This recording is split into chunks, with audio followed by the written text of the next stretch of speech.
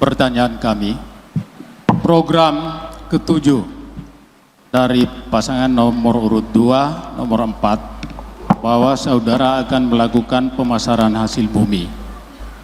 Menurut kami, hal tersebut tidak sesuai dengan semangat rencana pembangunan jangka panjang daerah, yakni mewujudkan Kolaka Timur menjadi daerah agropolitan. Dalam mewujudkan agropolitan dibutuhkan langkah-langkah agroindustri. Daerah dituntut menciptakan hilirisasi di sektor pertanian. Bagaimana menurut pasangan nomor urut 2 terkait dengan program yang Bapak sudah buat? Paslon nomor urut 1 atas pertanyaannya. Misi utama kami adalah pertanian, perkebunan, peternakan, dan perikanan darat. Tentu dalam hal visi dan misi kami ini, kami harus bertanggung jawab bukan hanya bagaimana masyarakat dalam hal meningkatkan hasil pertanian, perkebunan, peternakan, dan perikanannya, tetapi kami harus bertanggung jawab langsung terhadap bagaimana pemasarannya. Untuk itu, sesuai dengan apa yang ditanyakan, bagaimana dengan soal nomor 7 dalam misi utama kami, maka hari ini yang menjadi kendala dalam hal memasarkan untuk hasil pertanian para petani kita di Kolaka Timur ini dengan tingkat infrastruktur dasar, dalam hal ini jalan yang sangat tidak memadai alias banyak rusak. Sehingga kami bertekad apabila kami diberikan dikala kemudian pada tanggal 27 November 2024 nanti, insya Allah salah satu kewajiban pemerintah dalam yang kami pimpin adalah bagaimana meningkatkan infrastruktur jalan supaya hasil-hasil dari para petani yang akan dipasarkan baik di dalam maupun di luar dari Kolaka Timur ini tidak mengalami kendala dan dapat bersaing dengan daerah-daerah lain di luar dari Kolaka Timur. Saya kira ini.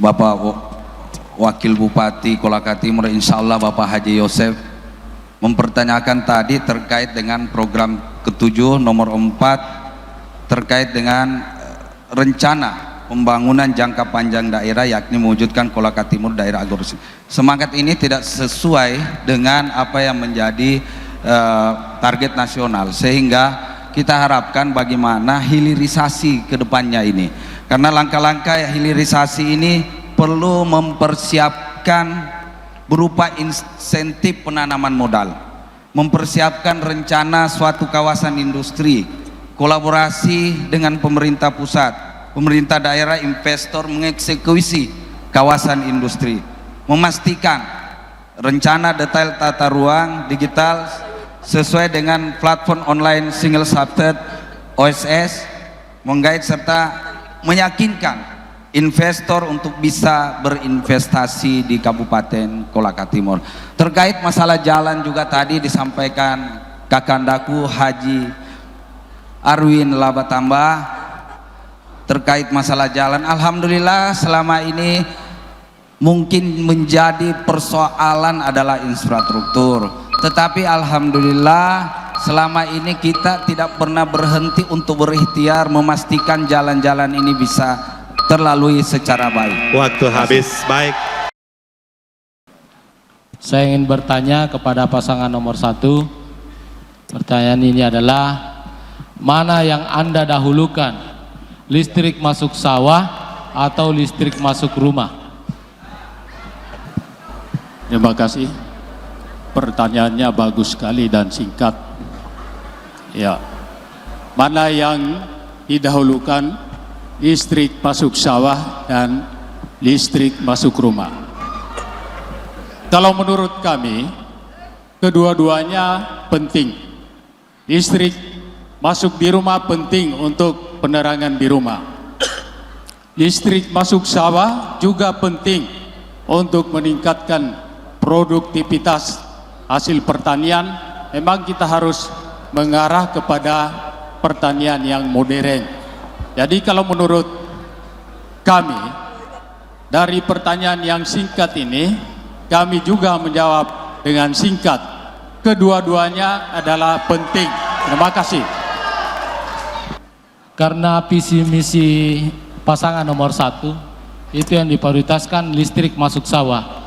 Sementara kita melihat fakta yang ada di lapangan, salah satu peningkatan listrik pada setiap rumah warga menjadi program perhatian bagi kami.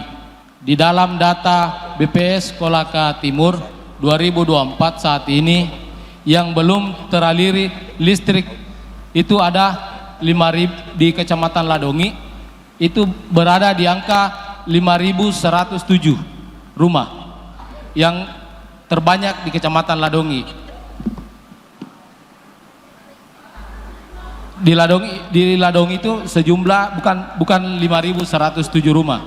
Itu di Kecamatan Ladongi berada di angka 1.807 rumah.